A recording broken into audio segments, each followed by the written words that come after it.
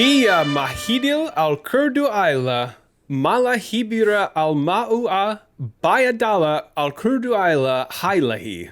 And welcome to Shift+F1, a podcast about speedy race cars. That, by the way, is Arabic for if you take a monkey for his money, when the money goes away, the monkey remains. Which means that's actually pretty good. That's good. If you marry someone for their money, you'll still have to live with them when the money is gone. Max Verstappen would be wise to remember that if he is seriously considering what he is rumored to be considering. I'm Drew Scanlon. Joining me, Danny O'Dwyer. How are you, Danny? I'm good. I thought Bernie Eccleston went bankrupt for a second. I was trying to figure it out who it was. Really, you could point at just about any. There's a lot of old monkeys with money in Formula One. To be sure. Yes, but who knows? Who knows? Breakups happen all the time with Formula One when you least expect it. That's true. Also joining us, Rob Zachney. How are you, Rob? Doing well. Just reflecting on the fact that at this point, you are running out of pithy sayings. Yes. And the length of the things you now have to read and pronounce is increasing. Like, in a couple of years, you'll just be reading, like, famous passages from, like, literature in those languages. It's practically an epic poem at this point. If you're new to the podcast, a very warm welcome to you. And if you are new to Formula One itself, we recommend listening to our preseason primer episode, which assumes no prior F1 knowledge and explains how the sport works and who everybody is. So if you would like to go back and listen to that, it's episode 298. Also, this show would not be possible without our Patreon audience over at patreon.com/shiftf1, where every month we release ad-free versions of the podcast early for patrons, along with bonus podcasts and videos exclusively for our patrons that cover racing documentaries and films, F1 video games, experiments with other racing series, and a lot of weird things. So if you would like to support the show and get access to all that fun stuff, head over to patreon.com/shiftf1 or click the link in the show notes. What's going on in Patreon land this month, Danny? I just want to do a quick shout out to our Patreon's live chat for the races, which has saved some recent boring races for me. Let me say that. The quality memes that get posted there. You're talking about the Discord. Sorry, yeah. What did I say? You said the Patreon live chat. The Patreon live chat. No, I meant the Discord live chat. I'm so sorry. Our patron exclusive Discord, I should say. That's right. It's great. It's a good time. Check it out every day. Yesterday this week during some dull moments in the race, we had all the photographs of pets going up. Check in on everyone's pets. It was a good time. Lots of cats. Some weird guy posted a picture with him and his goats. It was amazing. It was a good time. So it's so good. Yeah, that weird guy was me. Just in case it wasn't obvious enough. I'll say this: Tilly the poodle, my Tilly, finds Sam Collins' tech talks on F1 TV fucking riveting. Oh wow! Like she just turns around, stares at him when the little yellow telestrator line comes out. She's like following with her eyes. Like, yeah, I do see the pole rod. You're right. That is an interesting configuration. The way they sort of flared it forward compared to the Red Bull. It is very funny. I have a theory. You said it's your poodle, is it? Yeah. It might be because of his amazing hair. Maybe that did occur to me. Yeah. Is that he's got he's got big natural hair. He does. And I do think there is a little bit of in our household who those dogs seen with hair like that? Each other. Right. That's it. So it is possible they're like, oh damn, that big poodle is explaining these cars He's really got a well. Job. Yeah. Exactly. Yeah, I know. It's amazing. He's got screen presence. It's really remarkable. Maybe I could one day, Poodle's got a dream. And we have to dream about our upcoming patron exclusive podcast on Drive to Survive, which you'll be listening to before the next podcast comes out. Yes, you will. Hopefully this weekend. We're recording in the next couple of days. You can listen to our previous Drive to Survive podcast, as well as dozens of other evergreen podcasts about racing series and movies and whatnot. Maybe some of the racing series are a little bit not so evergreen. Maybe they're in their autumn. We'll do some more in the future. But we have bunches of podcasts and extra videos and stuff for you to listen to and watch over there.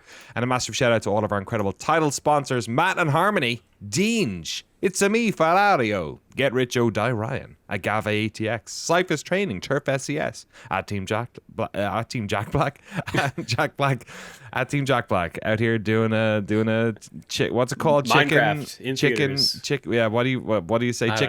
Chicken wrestling. What does he say? What's the sure. meme? Come can't on, remember. we're not all that old, are we? No, we're exactly that old. Like, I saw videos of people like going batshit in the theaters. I was like, I do not need to know what that is. I do not care to know what that is. Right. Chicken jockey. You got to throw all your shit. Yeah. Kids need to As learn someone to who worked act in a right. cinema, I'm all for it.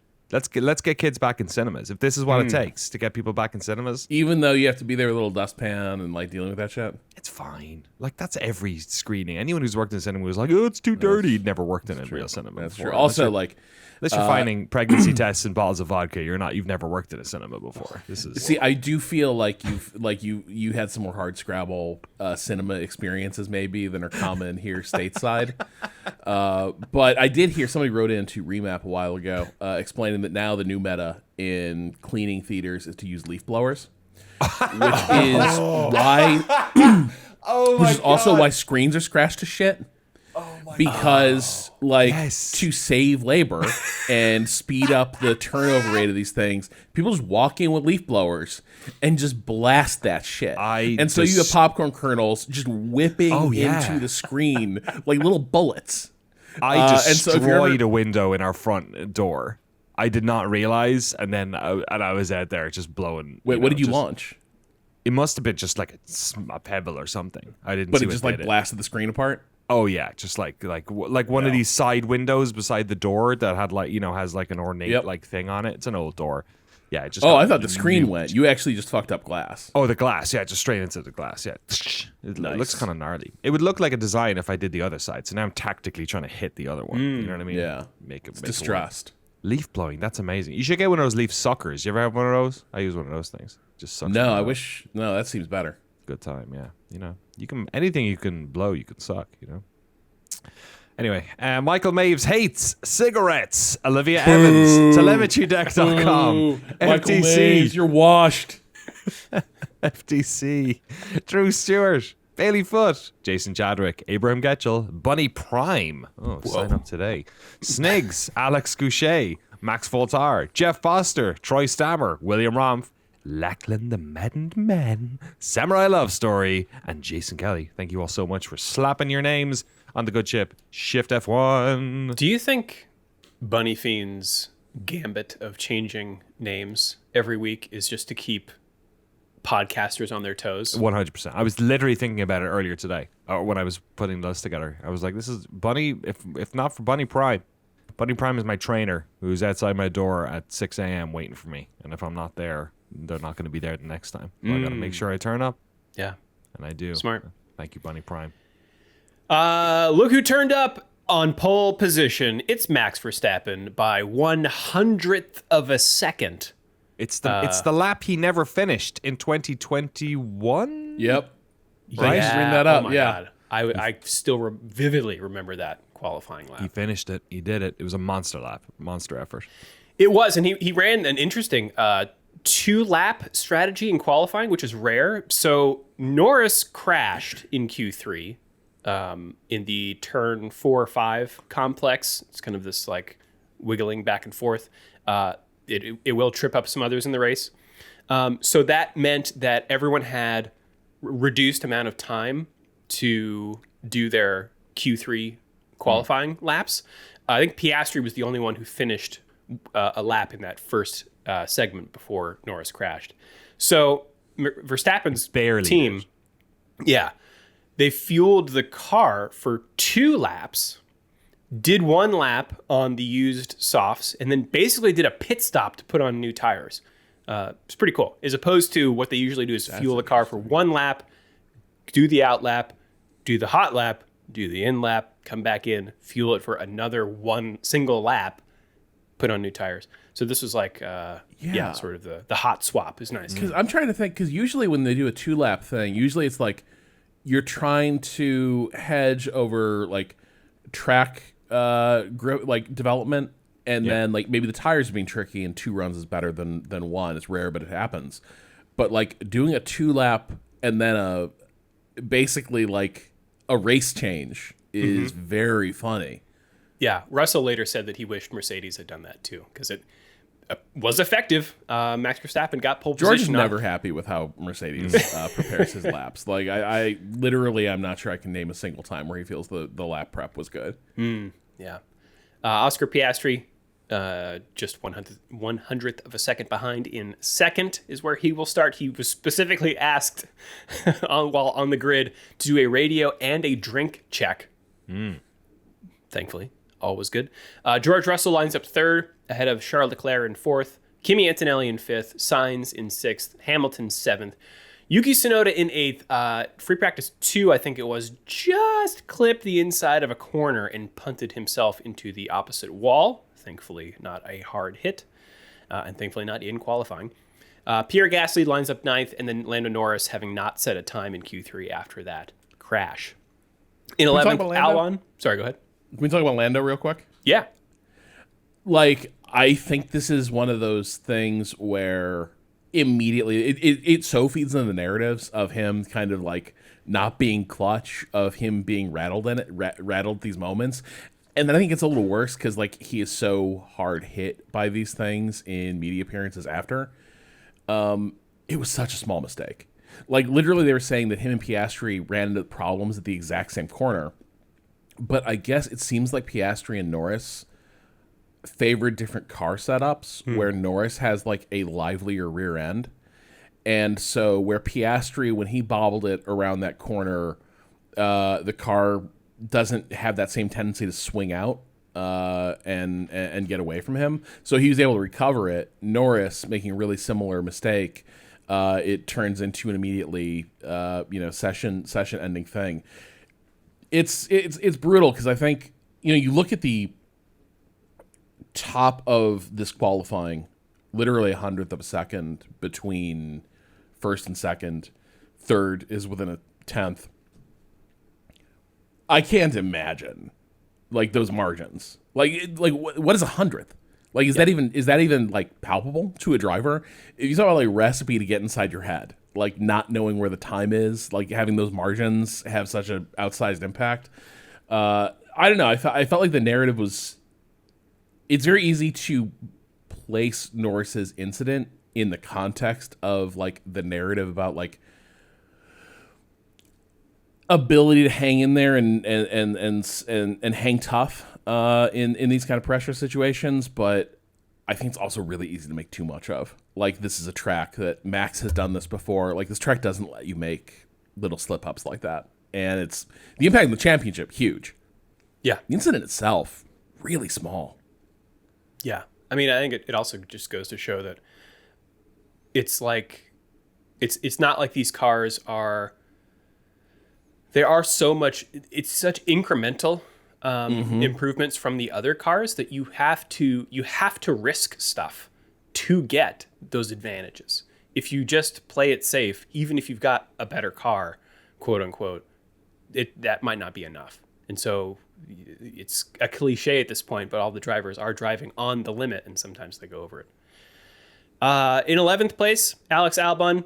12th is Liam Lawson, who outqualified a teammate for the first time in 10 races. Fernando Alonso will be 13th, Isaac Hadjar 14th, Oliver Behrman 15th, Lance Stroll 16th, Jack Doohan 17th, Nico Hulkenberg 18th, Esteban Ocon 19th, and Gabriel Bortoleto at the back of the field. 4 drivers start on hard tires, the highest of which is Lando Norris. Did you hear Albon explaining what happened with his lap in Q2? No. Wildest thing I've ever heard. I did not realize this could happen in tracks. So they sent him counter strategy to everyone else. They gave him empty track. Right. And I thought it was going to be golden because he's going to have perfect undisturbed air. He was basically like a practice session in a video game, like completely alone out there. And he doesn't make it out of Q2. And afterwards, he was explaining he wished he'd gone out with other people because there is an air current that runs along the walls around the racetrack when everyone's out on the track, and it carries you along like a river. Oh my God. I have never heard of this, but he's like, it is palpable. You can feel it when you can dip that car into the current and you pick up like persistent speed around the lap just because there is air being like whooshed along those walls by the motion of the car. This is the most anime thing I've ever heard. Dude, I'm like, if I'm a VFX supervisor for that F1 movie, I'm like, okay, hear me out. I know we said that was the final cut. We need to open it back up. I've got some really cool visualizations we can do. Wow, that's wild. All right. Well, should we take it to the start, Danny? Oh boy. Yep. I knew this was going to happen before it started. I was like, we're back in Saudi Arabia. The Max Verstappen special is coming. He's been doing it since 2021 when he forced Hamilton off the track. But anyway, here we go. Lights out, away they go. Down to the first turn. Piastri has a better start than Max. Critically, he's also got the inside line, which is a pretty good spot to have a good start here in Jeddah. He gets ahead of Max prior to the apex. Both of them are obviously right on the limit in terms of braking for this turn. Piastri manages to brake. He's hitting the apex at a suboptimal angle, so he drifts wide, maybe as well spreading his shoulders a little bit because he knows Max is there. Max decides to cut the corner, foot off the brakes, power through the corner, and retake first position. Behind him, the only other action we get here is Kimi Antonelli overcooking it past Charles Leclerc and doing almost the same thing Verstappen did. I would say similar-ish. I think maybe Leclerc was definitely ahead at the apex. But Antonelli cuts the corner as well. And then, the less generous interpretation would be that Leclerc got past him. And the more generous one would be that Kimi handed the place back. I watched a lot of Formula 2 over the weekend as well. There was a lot of racing F1 Academy.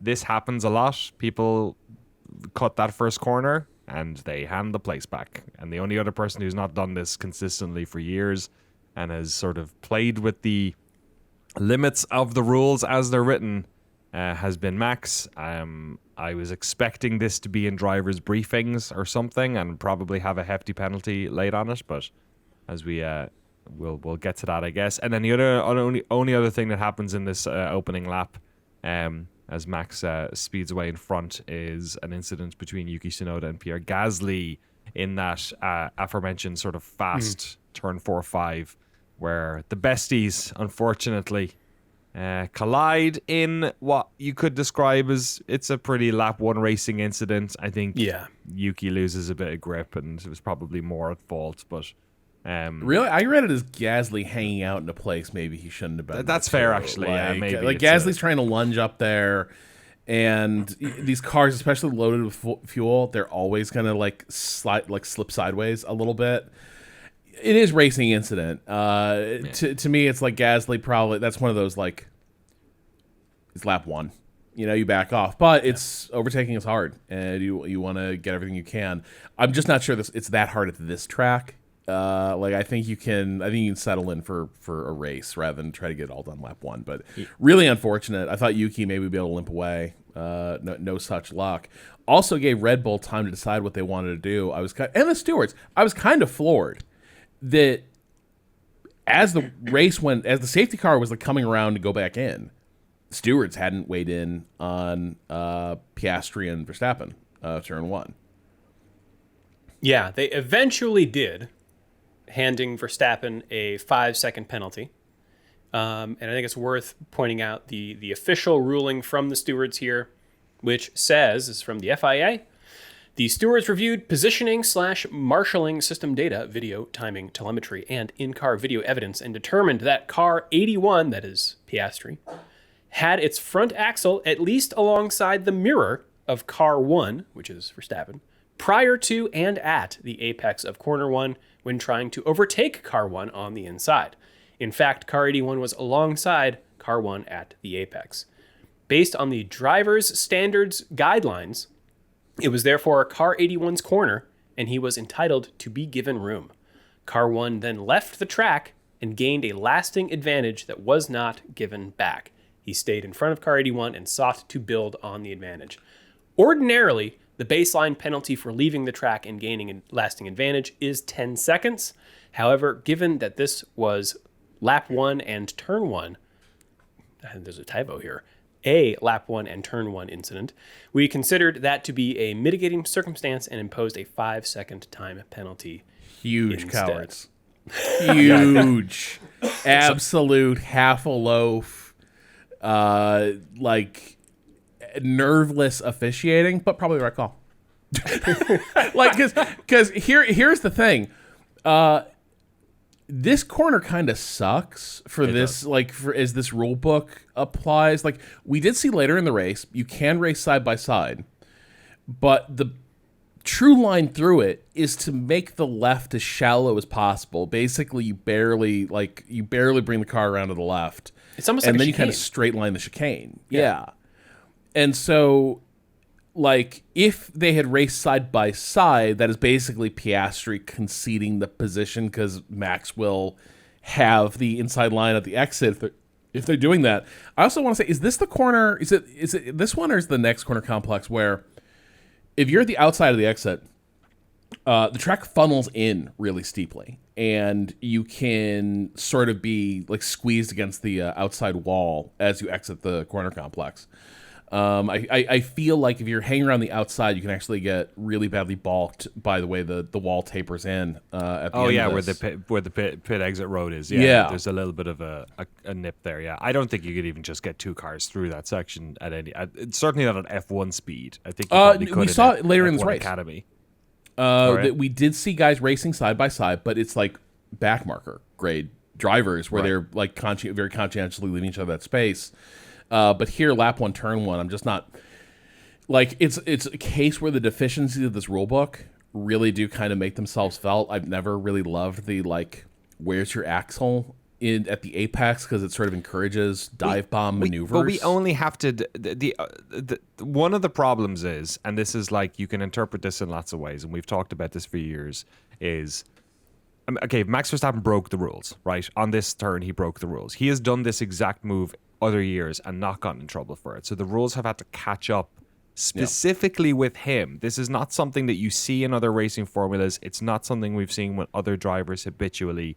And he's Formula forced 1. drivers to hand positions back to him by gaming these same systems. Yeah, so it's and he doesn't just do it here. Like the 2021 season was 2021, right? Or 2020? Yeah, was this? Yeah, because Saudi was at the 21 end. Jeddah, Hamilton. Yeah.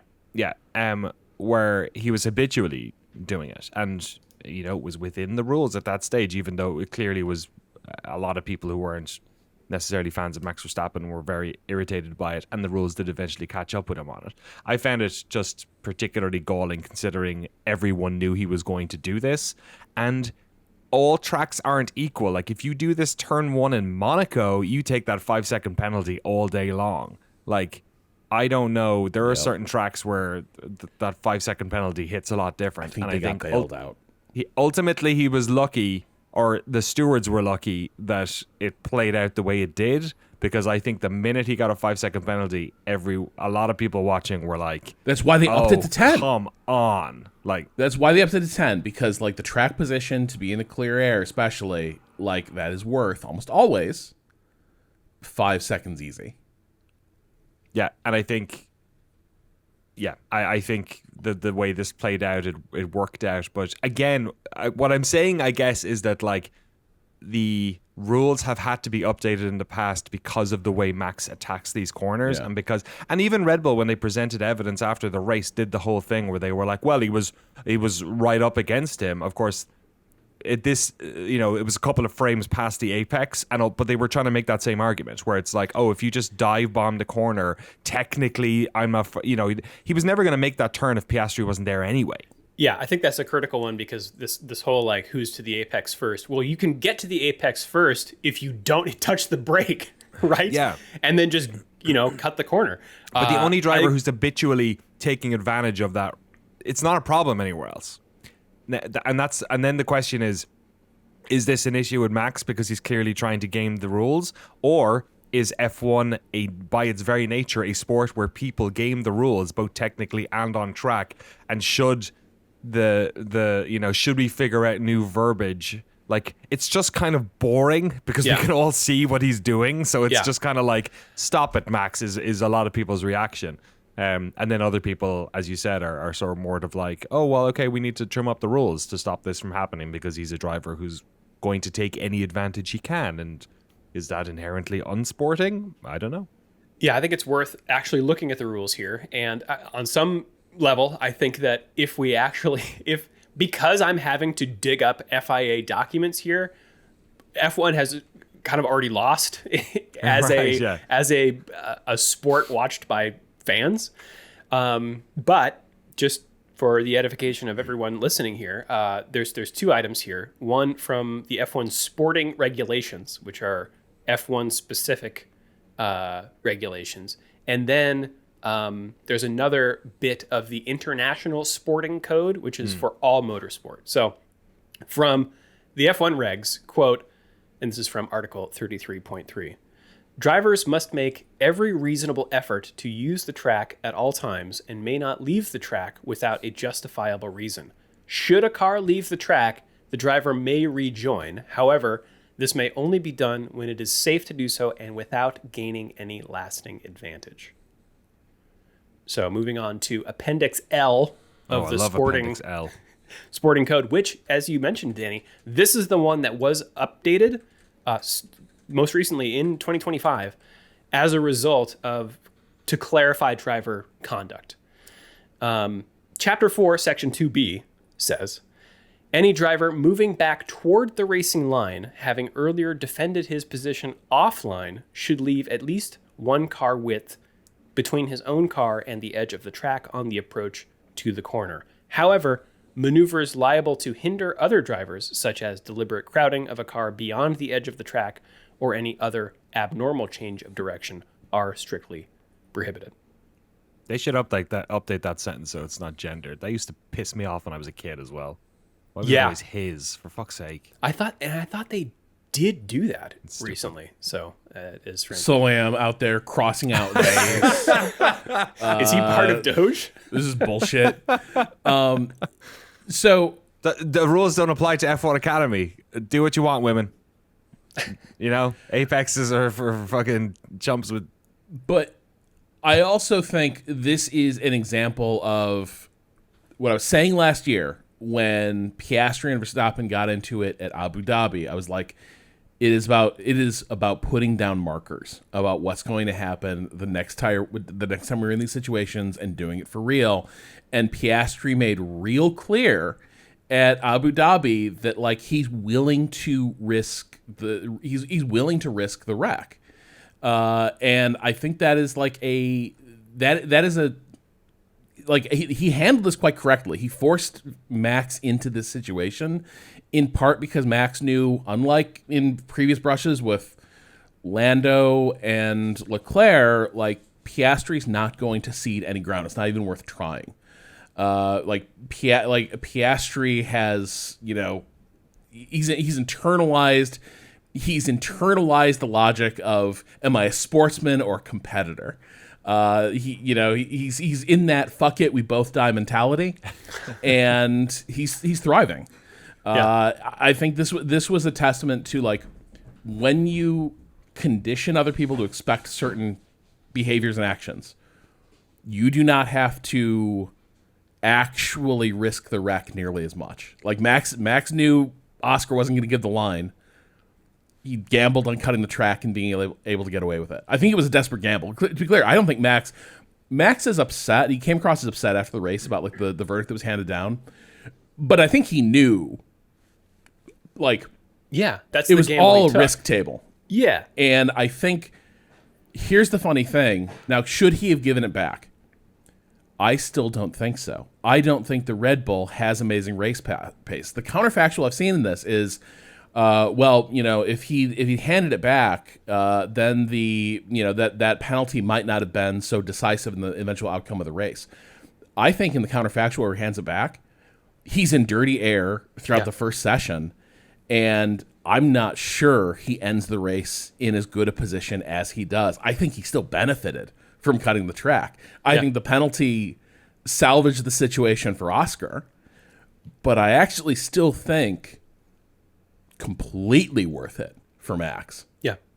I think Max is sorry. The only slight counter I'd say to that is that Max is very good at safety car restarts, and maybe Piastri was a little bit flat-footed in Melbourne. Do you remember on that one where he? That's a good point too. He kind of almost had him on it. So this is a long straight, so maybe. But that's a kind of an out there idea. Yeah, I think the last thing that I'll say here is I think this looks very different if that runoff space was gravel. Yeah, I don't think he could do it though, because it happens a lot. Like it happened a lot in F1. It's like filling the corner with shrapnel. But it'd be pretty cool. I'm just saying I don't think Max would have attempted that. No. But yeah, I think you have it right, Rob. Like Max is a fierce competitor and a really smart one. So this is just business. This is not like I'm gonna pull a fast one here. It's just like, well, weighing up the options. This one makes sense. And ultimately, he had a bad start, and that's what compromised his first lap. Yeah, his first turn. But as you said, Danny, we do have that Gasly Tsunoda incident where he kind of understeers into Gasly, spinning both of them into the wall and out of the race. We get a safety car. A few people make pit stops: Ocon, Doohan, and Bortoletto. And then on the restart, as again we mentioned, Verstappen gets a good launch. Danny, do you want to? Yeah, he does. This one? Piastri a little bit flat-footed because Verstappen did a sort of I'm going, no, I'm not, I'm going sort of start, and Piastri bit on the first one in a sharp corner too. Yeah, which meant that he was fighting a little bit with Russell, I guess it was, and Leclerc. There were three wide at one stage on the straight, but Piastri sort of understanding that inside line is pretty paramount, and you can just sort of outbrake people. Getting up into it, manages to do that, and the rest of them file in behind him. So he gets away with it. And then Leclerc is under pressure from Lewis Hamilton. Oh, sorry, from Kimi Antonelli, actually. That's right. Lap 5, great move, I thought, by Isaac Hadjar up the inside of Alonso at the last corner. What was that about? Yeah, it was great. Then able to keep 10th place by staying on the inside while Alonso gets DRS. We'll talk a lot more about this particular section of the track later. Just so you know, in F2, drivers were habitually giving the places away into the final turn so they could get DRS on the back straight, lap after lap. Like it was ridiculous. Like we saw that with Hamilton and Verstappen. They need to change where that timing line is. They really need to change where the detection point is. Yeah, push it further up the track, I think, on the straight, because it was pretty bad. Yeah, just to while we're on the subject, if this is your first season with F1, the DRS zone where you can open up your rear wing and get that speed boost, you have to be within a second to do that. But the actual detection point that determines whether you are within a second is earlier than the zone itself. And if you are within a second by that line, you get DRS. So it would, in this specific case, it behooves you to be behind, because on that last straight or on that subsequent straight, it's very effective and you can get by them. So that's why people are slowing down before the detection line to try to get the other, to make sure that they are behind that other car. But we'll see that later in this race. The other McLaren of Norris has his work cut out for him from 10th, but he's slowly making his way up the field, getting by Sainz on lap 6 for 7th place. And on lap 13, dives up the inside of Hamilton on the final corner for 6th. But, and it's right here. That means Hamilton gets DRS for the front straight and easily overtakes Norris into turn 1. Yeah. And on the next lap, Norris tries again, and the same thing happens. And this time, it's easy to see that Hamilton is just backing off into that corner so that Norris gets ahead and hands Hamilton the DRS rather than Norris getting it. And as we mentioned, in 2021, that is what happened with Hamilton and Verstappen, resulting in them colliding. It was the same maneuver. And finally, on the following lap, Norris waits for it, letting Hamilton go over the detection point first, and does get by him on the front straight, sealing 6th place. And a few laps after that, lap 19, Norris gets by Antonelli on the front straight with DRS into 5th place. In lap 20 is when Piastri pits from second. Red Bull telling Verstappen that he was still unsafe to pit because he would come out in traffic with that 5-second penalty. So McLaren capitalizes here. It is a slow stop, 3.4 seconds. I think they're 2.7 on the way in anyway. So Verstappen is not expecting to retain first, I think, in this situation. Right. They know they're going to slip back a bit. Yeah. By the way, I watched this race live. Thankfully, the times worked out. Yeah. But when you do that, you can use, if you've got F1 TV, I think Pro and Premium allow this. You can watch with the free multi-viewer app, which I had never really experimented before with, and a lot of people have been loving it and writing in about it. No? It really is. And the race trace chart specifically, I was marveling at because it shows real-time gaps in graph form, so you can see the tire cliff. You can see when people's pace starts to dip, and you can also see where close battles are, much easier than like reading the interval between everybody, and where battles might develop, where like two lines are going to converge. It's pretty cool. Wait, hang on. I'm not sure I've come across that one, the race So trace. I think it's only available if you watch live. Oh, shit. Okay. Yeah. Fuck. Because, I'm watching it after, so I'm not getting... That's the stuff I want. Yeah, I know. I also want access... I want them to make public the stuff that Julian Palmer gets access to, where you get the driver input graphs, just so you can see like how much brake, how much throttle they're putting in. He turned in here? Yeah. Yeah, that stuff is so good. Like, being a driver is so different than it was back in the day, where it's like Jim Clark, I don't know, go do something out there, like the Nürburgring. Just let us know how the car is when you get back. We'll see if you're still here in like 20 minutes. Yeah. Also, it made me really appreciate the commentators a lot more, because that is so much information to parse. Dude. Also, not to be... IndyCar is not a good broadcast right now. I do not think the Fox broadcast is good. I do not think it is like informative. It is seriously hard to go from like the F1 broadcast, where it's like, even Sky has the assumption that like, you're a racing sicko, right? And like Fox IndyCar, it doesn't seem like the director knows what's going on, the talent don't, but like the ability to like tell the story of the race really compromised there. Like, I'm constantly like struggling to figure out like what is the actual state of play. And yeah, the commentators, both on F1 TV and like, Crofty and them are so good at contextualizing what you are saying. It's night and day. Yeah. Lap 21, when Piastri comes out of the pits, pulls, in my view, the move of the race, gets around the outside of Hamilton into, I think it's turn 23, which was imperative so as not to lose too much time to Verstappen, who himself pits on lap 22. It was a weird place that people don't usually overtake, and up in the dirty part of the track, that with like inches of clearance on either side. Really, really amazing move. After his pit, Verstappen comes out in fifth behind Hamilton, who soon pits, and ahead of Russell. The Merc did not have race pace, which was not a surprise. No. Like, that's we've seen that time and again, where like a car might be competitive on Saturday, and then on Sunday it's like just steadily sliding back as that 10th adds up, right? Like the 10th breakneck quali lap difference comes out to be more per lap in a race. But yeah, the slide of Russell off the race pace was really notable. How this turned into a 2-horse race. Yeah. Lap 25, kind of a funny moment, but also pretty scary. Lawson gets by Bortoleto into 15th, and Alonso tries to follow him, but Bortoleto doesn't know Alonso's there and moves over to line up for the corner, which squeezes Alonso almost into the wall.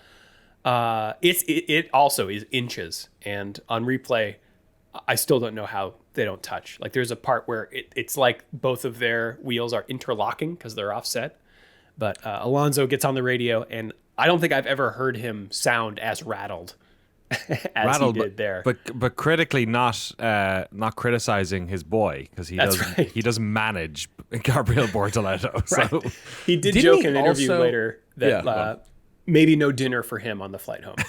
I remember in the cool down room later, one of the drivers being like, wow, Gabby was going to be walking home if that had gone bad and canceled the flight. I will say, like, Alonso sounded a little rattled. He would sound surprised, like, why would he do that? Because it was kind of a boneheaded move where it's just you lose track of who's around you and you're moving over from one person, you nearly collect someone else. But it reminded me of wasn't it Stroll who also like nearly took Alonso out once upon a time, and Alonso was like, that was not very smart. But like his ability to just be completely like to nearly like have a horrific accident on a track and to just like comment on it as if it happened like to someone else is unreal, right? Yeah. His ability to sort of like distance himself from those moments. Yeah, these are not normal humans. Lap 35, Norris finally pits, having spent the whole race on one set of hard tires, coming out in 5th place behind Leclerc. Interesting radio from Piastri a few laps before. It's kind of going back to what you were saying, Danny. He was starting to feel Norris's dirty air from 2.5 seconds up the road. And I wonder if this is, maybe they're related. Rob was mentioning the air current. It's maybe because this is such a Death Star trench run that it's just like a pipe that's keeping the air there. It's like Albon is like airbender coded, and he's like, I will put my car in the current. But Piastri is like waterbender coded, and he's like, it's too turbulent back here. Like I'm hitting some chop. He just can't use the air that way. Also, so having said, I don't think Norris's mistake in qualifying was that big a deal. His pit stop here, with everything on the line, concerned me coming and going. Once again, he nearly overcooks it coming into the pits. His desire to gather every 100th of a second coming into the pit box. We've seen a couple times him having to like panic stop on his way to the to the speed limit line. That happens here. And then he gets investigated on his way out, right, for going over the white line on pit exit, which, like, in terms of, you know, it's hard to see, no cars around, it's perfectly fine, but it is a pretty black and white rule, right? Like, you're supposed to just stay to the left of that line before you blend in, and he didn't. And the stewards could have messed him up for that. They didn't, and I'm glad they didn't, but these are the moments where it's like, you know, losing the car, going for it, and qualifying, fine. That happens. It's kind of what you're there to do. These moments where it's like you are putting your race now in the hands of officials, and you don't need to, right? Like for the sake of picking up again, like maybe a couple hundredths of a second, he created he was this close to creating grounds for 2 investigations. And the speed limit line one is open and shut, right? If you were not. If you're going too fast past that line, that's just done. It doesn't matter what the context is. For what it's worth, if he'd gotten a 10-second penalty, he still would have finished the race 7 seconds ahead of George Russell. So at least he was in somewhat of a clean, you know. But like you said, it's taking the race out of your hands at that stage. Yeah, well, all right. Let's take a quick break, and then we're going to get to the final section of this race. All right, lap 38. As we wind down here, Leclerc is on a run of his own, having stopped. Let's see. He runs 6 laps longer on the medium tires than anyone else, getting by Russell for 3rd on the front straight on lap 38 with, once he does stop, those hard tires that are 9 laps newer than Russell's. And 3 laps later, Norris does the same to Russell with his new medium tires, getting himself into 4th. And Rob, to your point, Russell is one of those cars that I saw on the race trace just kind of dipping. There's a tense battle with Hadjar in 10th, chasing Albon, who, thankfully for him, has signs up ahead who can tow him with DRS to keep him ahead of Hadjar, which is kind of a fun aiding teammate thing. And then in the closing stages, Russell's worried about a band on the inside of his front left. But he's told, don't worry about it. He's like, well, I'm a little worried about it. Norris does his best to chase down Leclerc, but though he was closing, runs out of race and does not make it to the podium. Oscar Piastri wins the Saudi Arabian Grand Prix and becomes the first Aussie to lead the championship in 15 years after Mark Webber. Max Verstappen comes home in second, and Charles Leclerc in third. Lando Norris, fourth, makes up 6 places from that 10th spot on the grid. George Russell loses 2, as Kimi Antonelli also loses 1, comes home in 6th. Lewis Hamilton stays the same in 7th place. Carlos Sainz loses 2 to finish in 8th. Alex Albon gains 2 to finish 9th. And Isaac Hadjar makes up 4 spots to get into the points in 10th place. Behind them, we've got Alonso in 11th, Lawson in 12th, Behrman in 13th. Ocon made up 5 spots to get 14th place. Some asterisks there because Tsunoda and Gasly went out with DNFs. But Hulkenberg, 15th place. Stroll is 16th. Doohan is 17th. Bortoletto is 18th. And then the DNFs of Yuki and Gasly. By winning in Saudi Arabia, Piastri moves up a place to lead the Drivers' Championship with 99 points. Norris drops a place to second and is 10 points behind with 89. Verstappen is in third, 2 points behind with 87. Russell is in fourth with, he's 14 points behind Verstappen with 73. Leclerc is in fifth, 26 points back with 47. Antonelli is in sixth, 9 points behind with 38. Hamilton is in seventh, 7 points behind with 31. Albon is in eighth, 11 points behind with 20. Ocon is in ninth, 6 points behind with 14. Stroll is in 10th, 4 points behind with 10. Gasly's in 11th, 4 points behind with 6, tied on points with Hulkenberg in 12th and Behrman in 13th. By finishing 10th, Hadjar moves up a place to 14th, 1 point behind with 5. He's also tied on points with Sainz, who by finishing 8th moves up a place to 15th, and Tsunoda, who drops 2 places with that DNF to 16th. Alonso 17th, Lawson in 18th, Doohan in 19th, and Bortoletto in 20th all have 0 points. McLaren continues to lead the Constructors' Championship with 188 points. Mercedes is in second, 77 points behind with 111. Red Bull is in third, 22 points back with 89. Ferrari is in fourth, 11 points behind with 78. By finishing 8th and 9th, Williams moves up a place to 5th in the Constructors' Championship, 53 points behind with 25. Haas drops a place to 6th, 5 points back with 20. Aston Martin is in 7th, 10 points behind with 10. Racing Bulls is in 8th, 2 points behind with 8. Alpine is in 9th, 2 points behind with 6, and tied on points with Sauber in 10th. That's a lot of numbers. I kind of feel like I'm doing the shipping report. Do you guys know about this? No, but this is like a... Is it like the shipping news, the Kevin Spacey vehicle from like 20 years ago? I don't know that one, but it's like a report of the weather for ships that's read out over the BBC or something. Oh, yeah. The way you're doing it is the way the BBC used to do soccer results. Like, Shrewsbury Town, 0, Norwich, 1. Like, that was, they would go through every single league. So that was like, at the end of the news, they would do, like, exactly what you're doing. Yeah. All right. Let's take it to the news. I'm going to kick things off here. Speaking of Verstappen, as we often do, the contract rumors are back. I think this all stemmed from some quotes that Helmut Marko, of course, oh man, was giving to weird outlets. Does he have like digits on the ad sales for articles that are written? Is that like, Maybe. Does he have? Because like, I swear to God, he just does not shut up.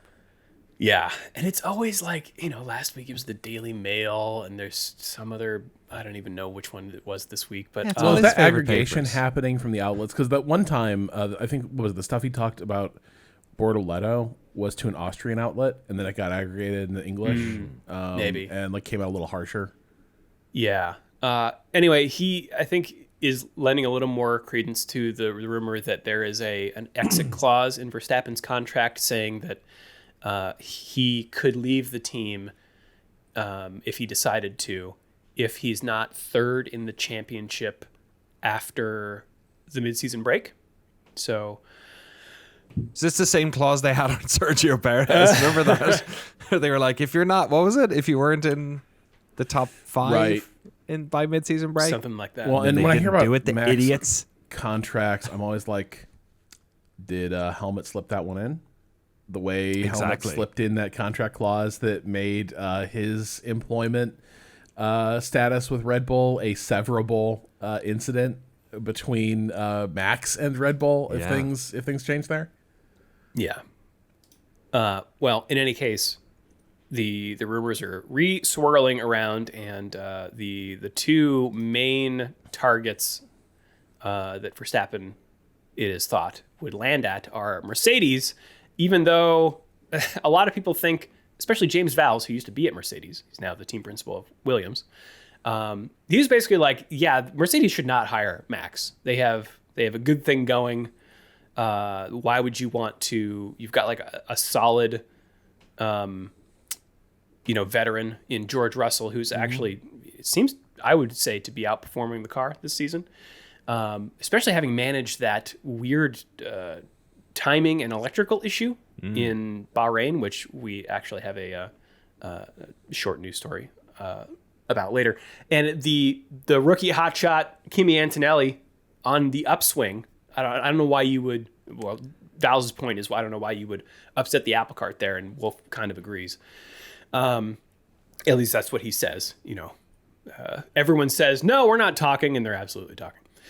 I think everyone's talking to everyone all the time because everyone needs to. It's the make sure ultimate that they're take the meeting sport. Yeah, absolutely. There's not that many meetings as well. You know what I mean? Yeah. Like how many actual suitors are there? Like 4. Like Right. Yeah.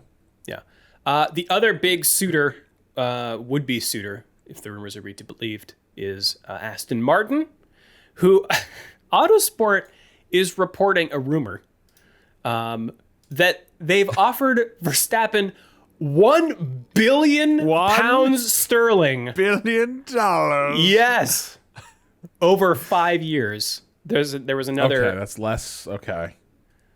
There was another outlet Chump that was change. saying $300 million over 3 years. Just unfathomable. Wait, sorry. Who? Aston Martin? Yes. Aston Okay. Martin. So yeah, we'll talk about all these in a minute. But keep going.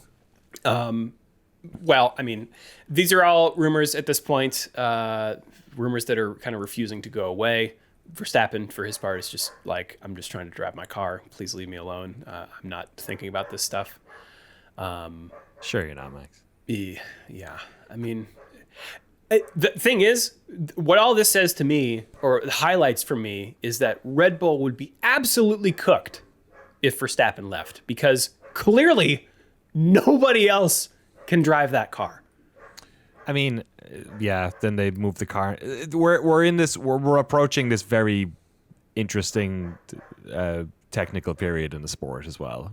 That's true. With next year, so 26 is right around the corner. So who knows? Which to my mind, like Verstappen is the type of driver who, like right now, there is no clear team to jump to. Right, this year or next year, like nobody really knows how it's going to land. And honestly, with all these talk about new regulations coming in a couple of years after that, if those rumors are to be believed, it seems like it could be even more sort of all over the place. But Verstappen is now, I think, probably the only driver in the field, because you've got Hamilton sort of in his last years and whatnot, who I think any team would make space for. So I don't think he needs to be jumping, certainly not mid-season. I think the way to do this is to wait to see who the dominant car is and then make a case for it. Like he's that good. He's and he's only, and his stock is only rising higher this year when he's clearly in a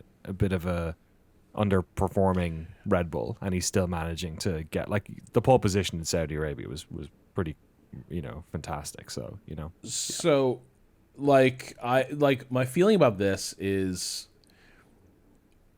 I've completely come around to the notion that like Max is like an exceptional driver. It's like there's too much evidence now. The car was not the best car last year. He still wins a driver's championship out of the deal. Here, the McLaren is still sort of the predominant car. He is like snatching these wins, like snatching these podiums. He is a difference-making driver. But yeah, like it has come at the expense of a car that other people can drive. A pretty major downside if your primary motivation is the Constructors' Championship, which I do not think it is Red Bull's. Like, Red Bull, I think, is wired to, like, the story of Red Bull as a brand. All that is the star athlete. The Drivers' Championship is the one everyone pays the most attention to. Fundamentally, Red Bull Racing is kind of a marketing play for a brand. So, actually, like, it's the perfect place for Max as a singular driver with a singular driving style to land, because while it annoys them nobody else can drive that car, like, you know, to within a few tenths of him, they will put up with it because he's still doing what he needs to do there. I do think it makes all the sense in the world for Aston to back up the truck for him, because since Lawrence Stroll took that operation over, it has been one of the worst run teams on the grid. Like, it is neck and neck between them and Alpine is on the way up. And Aston does not appear to be. Now, it could be they're tanking because they're doing investment, and obviously Adrian Newey is the future of all that, and they're building a program around him. Pairing him with the last driver that he like totally synergized with is Max. Like, it is probably worth it to pay an absurd premium to put that band back together and have Max come in as someone you know can drive beyond the car, because nothing that has happened since Lawrence showed up there indicates that the team that he's building there is a value add to what was there before. Like, there's a lot of evidence that, like, damn dude, you should have just like shut the fuck up and let Otmar cook, because it is not there's not much to suggest that he's improved things. I even think he makes his son look like shit is the thing. I've actually come around to this. Like, I don't think Stroll is that bad. I think the car sucks. And, like, Stroll is gapped by Alonso by about as much as you would expect the drivers of their ability. But, like, that program is lost. And so they're the ones that you have to pay Max $1 billion, because you're basically, like, you want to risk all the stuff you've enjoyed about F1 to come maybe be part of a fucked up team. So that's going to be tricky. I think Mercedes is a tough fit. I think those downsides I think Vowles was alluding to. I think there's also do you want Yos in the door? Mm-hmm. Is Helmet still going to be his worm tongue? Like, he comes with this like fucked up entourage of like toxic mentors. Yeah. And if you're Mercedes, I don't think you want that. And I certainly don't want it near Kimi. For me, the place that makes the most sense is like Ferrari sees what happens with Hamilton in the new era. Hamilton's probably nearing retirement anyway. And yeah, there will be that is the place where a driver of Max's stature goes at a point like this. McLaren has an amazing driver lineup. Maybe things go into upheaval there if Norris doesn't feel comfortable with it. But I think the Daniel Ricciardo example like looms large for everyone. How quickly a narrative around you can just like fall apart based on a bad switch. So I think I don't think Max has great options right now, unless he's just going to take the paycheck. But I think it's absolutely a wait and see type moment. Yeah, and I don't think he's that kind of guy to just take a paycheck. But weirder things have happened. But speaking of the future, Rob, 2026, what is going on with our engines?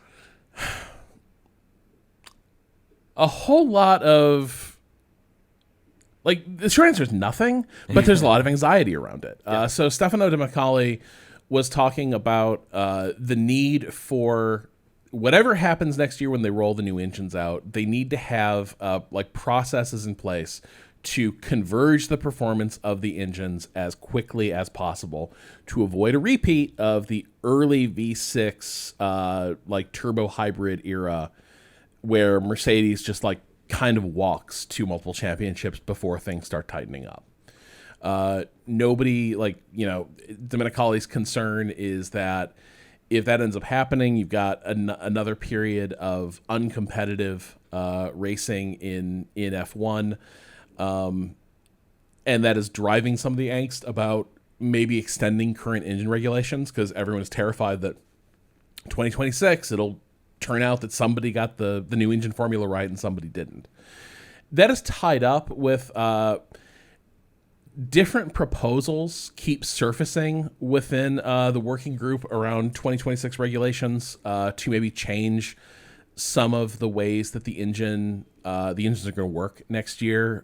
Toto Wolff was out there shooting down the notion that they could tweak 2026 hybrid deployment rules so that you don't run the risk that some engines would be in a position where they have to like have the drivers lifting and coasting because the battery is running out of juice around some of these tracks, right? Like they recover the most energy in a high braking event.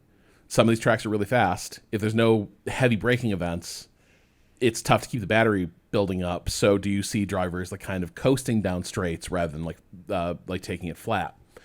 But Wolf's position is like, we've had so many meetings where we sort of reconfirmed our commitment to what the engine rules are going to be. And yet every week you look up and there's a new meeting about like, are we sure about these engine rules? And it's a lot of people with cold feet. Now, my question, I guess this kind of highlights a bit of incoherence in F1, which is that if we're going all this trouble to bring out new engine regulations and push the envelope of what this engineering can do and all this stuff, why is it also so critical that we then like iron out the difference between the engines as quickly as possible, right? Now, F1, like, why is it a problem that the better engines are winning and not a problem that better aerodynamics win and like completely smoke the rest of the field? Now, maybe it's that there's regulations where the aero, there's catch-up mechanisms, right? The computation time, wind tunnel time, maybe that's it. Maybe that stuff doesn't exist on the engine side. But there is like, this highlights to such a degree the fact that all these engine stakeholders like are coming in to like compete and build these engines.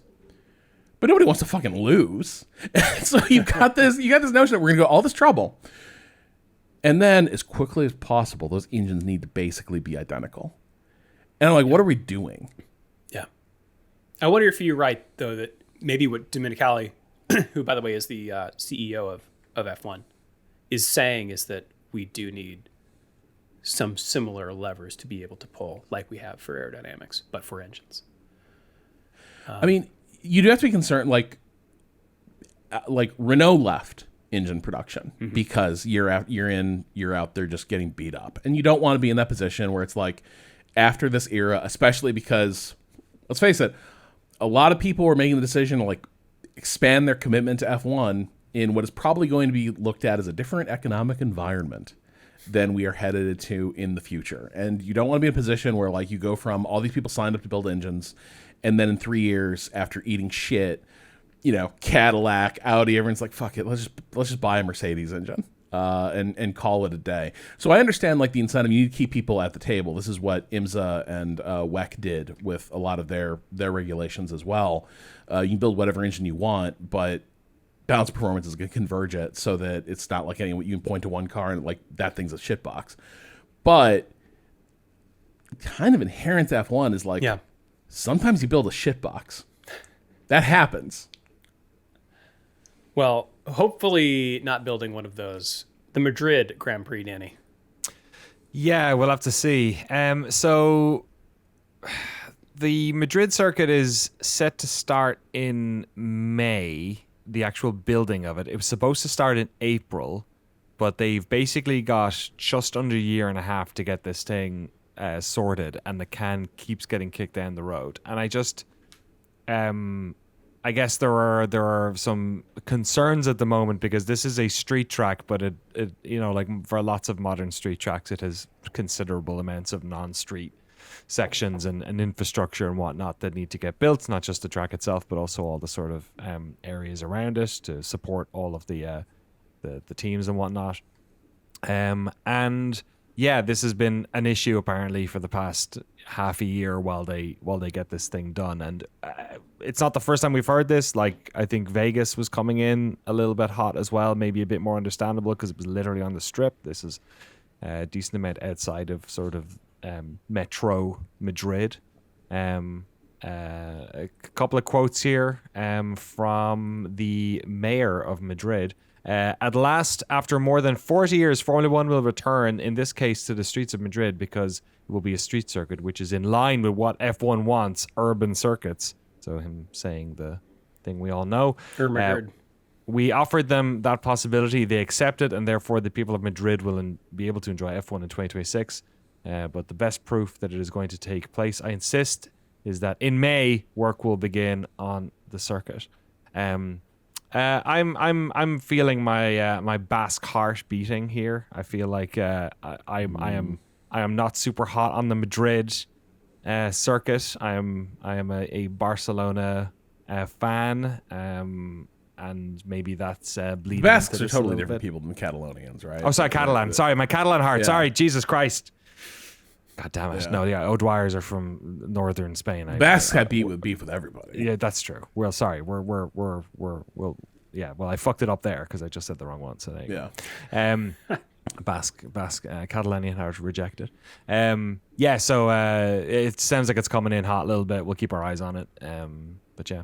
These things all do. These fucking street but circuits. You're right, they do. I think when you're replacing a beloved institution, exactly, you kind of need to be buttoned up. The last thing you want is like the headlines where the circuit's not ready, and Catalunya is like, you know what's ready. Yeah, you know it's you always don't have to been get ready. ready if you stay ready. Exactly. All right, final note here, Rob. It's thrown back to the FIA yet again. What is going on with that? So not so much new news, but so we talked the last couple weeks about Robert Reed, the deputy president for sport, leaving the FIA. He's sort of the number 2 guy with Ben Sulayem there. And he resigned in such a way that was very clear I am trying to get this man fired, right? It is the high-profile resignation. But you can tell decorum's completely broken down because he did the modern equivalent of a twitlonger, which is that he went on Substack to explain his reasoning for why he left. And basically he starts getting into some of the details. Some of it's just stuff we've heard before, concerns about transparency, governance process, etc. But there's some new stuff. He's talking about like things that moved him to resign. Explaining why the FIA no longer reflected the standards that he believed in. He says, one of the clearest and most troubling examples of this breakdown involved the internalization of the World Rallycross Championship. I repeatedly raised concerns both about the governance process and potential legal implications and received no response despite my elected responsibilities and fiduciary obligations. Eventually, I had no choice but to seek external legal advice and support. Only then did I receive a response, but unfortunately lacked the clarity and rigor I had hoped for. I was told, in broad terms, that the governance process was sound and there was no legal risk. But no evidence or explanation was offered to support those assurances. As someone accountable to the membership and exposed to personal liability, that I did not know, that was simply not acceptable. What this translated, what I think he is saying here is stuff around World Rallycross was being done that he felt left him and the FIA, but also him personally, exposed to legal action. And when he was raising these things within the FIA, they were brushing him off. And so, and this is a nuclear option. He went to private legal representation rather than the FIA's legal department to have them weigh in on this. That is a huge that's a huge breach. Like, that is basically, I no longer trust our legal department to be looking after my interests, the interests of this case. That's one of those, like, the relationship is already over type moments. He further says, I also want to address recent speculation regarding the non-disclosure agreement amendment. I fully support the need for confidentiality and have personally been deeply frustrated at the number of leaks that undermine trust and effective governance. One journalist said to me that perhaps the FIA should be more concerned with why people are leaking than who is doing it, and I think that's worth reflecting on.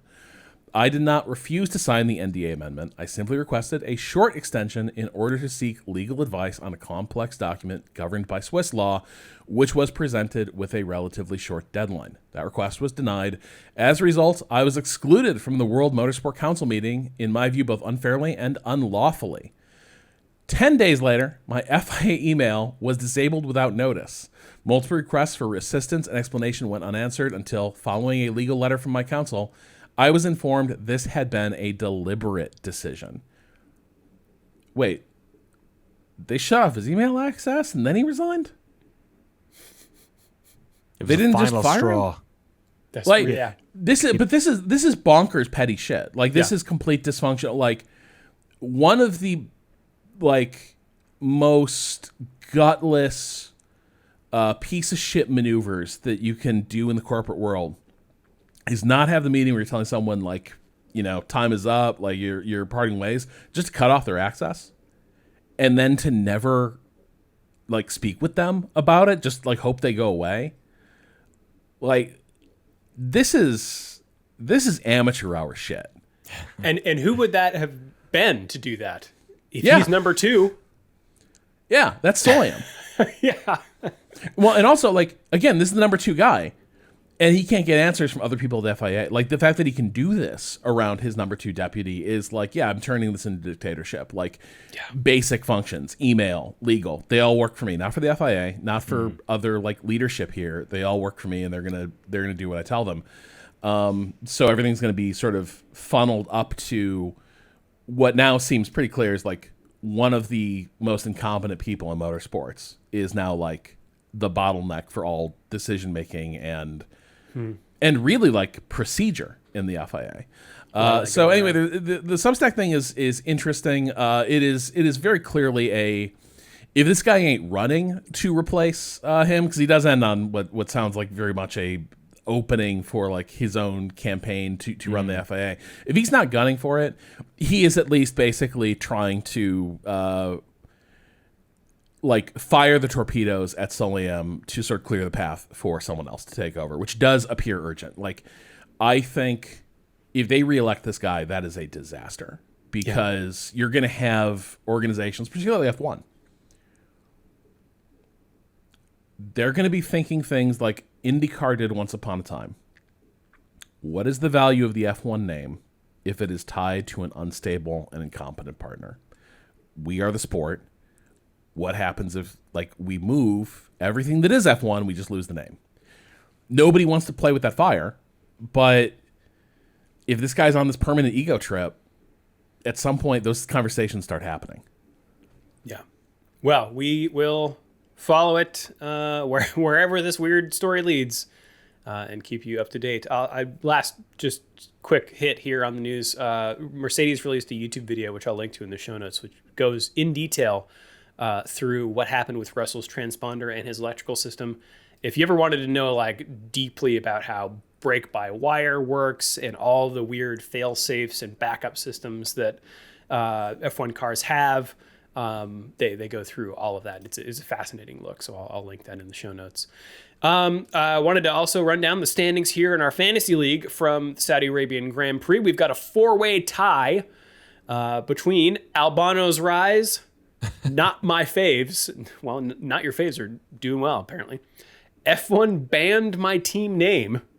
Wow. And Clear Track Full Send. It's pretty good. But overall, the podium looks like this. In third place, Anui Day. In second, Hondo O'Norris. And in first, Uncle Gene's Haas Beans. We love them.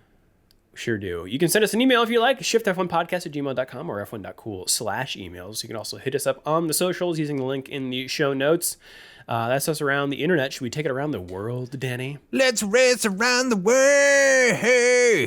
Oh, yeah, baby, let's go. The World Rally Championship is in Las Palmas, Spain, for Rally Islas Canarias. Oh, the Isles of Canary. Islands. Oh, there you that's go.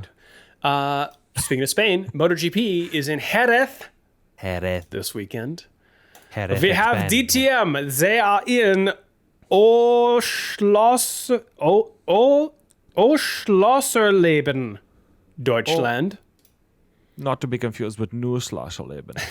The NASCAR Xfinity Series is at Talladega Speedway in Lincoln, Alabama. Bama. The NHRA is in Concord, North Carolina for the 4-wide Nationals. And we got NASCAR. Yeah. Also at the hallowed grounds of Talladega Super Speedway for the Jack Links 500. Is that the jerky? It is the Sasquatch jerky. I love that jerky. Whenever I need to jerk, I get that jerky. So to speak. Oh, I forgot to say NASCAR Xfinity Series is called the Ag Pro 300 in Talladega. Ag Pro. That's right. All right, well, that's what's happening this weekend. What happened this day in history, Danny? In days of yore, what happened April 23rd in the past? With overtaking not as easy as it once was in F1, the qualifying session before the race has become just as key to the outcome of the race itself and is often just as exciting. In recent years, the format of qualifying has been altered more than once, but the basic principle remains that whoever sets the fastest lap starts from the front of the grid. It was not always so in the early days when grid positions were decided by ballot. The first Grand Prix to use qualifying rather than the ballot system was held today in 1933 at Monaco. Achille Varzi won pole position in his Bugatti. That predates Formula One, but we'll allow it book. Gerhard Berger started from 5th on this day in 1989 at the San Marino Grand Prix, but his race lasted just 3 laps after his car went off at Tamburello Corner and smashed into the wall at 180 miles per hour before bursting into flames. Marshals arrived quickly to put the fire out, and Berger sustained burns and broken rib, which kept him out of the next race at Monaco. Bit of a shame they didn't change the I was just profile thinking, of that fucking corner. if only there'd been a sign that's not a that safe type of incident is not good. Yeah, who knew? Well, there you go. Ayrton Well. Senna's family might have something to say about that. All right. Well, final thoughts after the Saudi Arabian Grand Prix. Danny. Triple headers, man. I need a rest. I know. We need to do some emails. What's going on? I know. Next episode. We never get a chance anymore. There's so much news. There's so much tumult. Yeah, clean drive from our boy Oscar Piastri. The Iceman cometh, man. He's first now. McLaren does not have a number 1 driver, or they've got 2 of them. Oh. Yeah. Final thoughts, Rob. So speaking of triple headers, again, I'm reiterating, people need to watch Team Torque over on the Williams YouTube channel. Carlos Sainz and Alex Albon have a really good dynamic. These things go into like nitty gritty details of things about sport. Like in most recent one, they're talking about driving style and how people outside F1 really cannot imagine how completely having a car that doesn't agree with the driving style can just fuck you up and like ruin your rep. And it's so clear they're like maybe talking about Daniel, basically in so many words, or maybe Checo too. Just that like you look like a chump the second you were in a car that doesn't totally fit. But also the thing that is kind of endlessly compelling about these guys is they both really engage with the conversation on an extremely like intense, like genuine level in these things. And there's a moment where they're talking about triple headers. And do you go home or do you just stay out there and stay in the time zone and all that? And Carlos Sainz starts talking about like he used to just stay out because it was easier, it felt easier just to stay acclimated to travel and not go home. But in so many words, like it got too kind of lonely. Like he was like, I need to go home every 3 weeks and touch base. Even if it's going to screw up, time zones and make it harder, I need to go. Right. I need to go home. And as Sainz is describing this, Alex has this like really like odd look on his face. And he says after that, I haven't been home since winter testing. Oh boy. Oof. Since before winter testing. And the way Carlos looks at him, dude, it's like, if you ever seen Trains, Planes, and Automobiles, where like Steve Martin's character realizes John Candy's character is homeless and like has no family to go home to, it's like that moment, but in like a video podcast form. And Albin clarifies, like, you know, his home is a condo in Monaco, right? Like a lot of F1 drivers, it's kind of a shithole.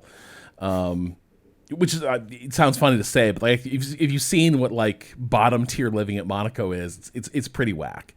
But he sort of describes like how, you know, he lives an itinerant life, and Monaco isn't really home. His girlfriend's in LA.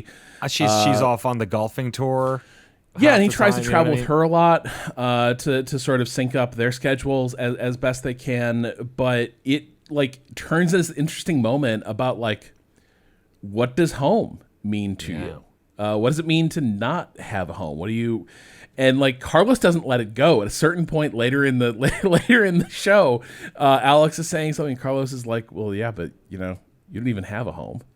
He looks so sad as he says it. It's just riveting stuff. They filled the 30 minutes that they were allotted, and then they have to go to other stuff that never used to happen. Like, this is podcasting management. It's like the male bonding podcast. Like, you know, it's just beautiful. Absolutely mesmerizing. Also really indicates, I think, kind of why they're both really good fits at Williams.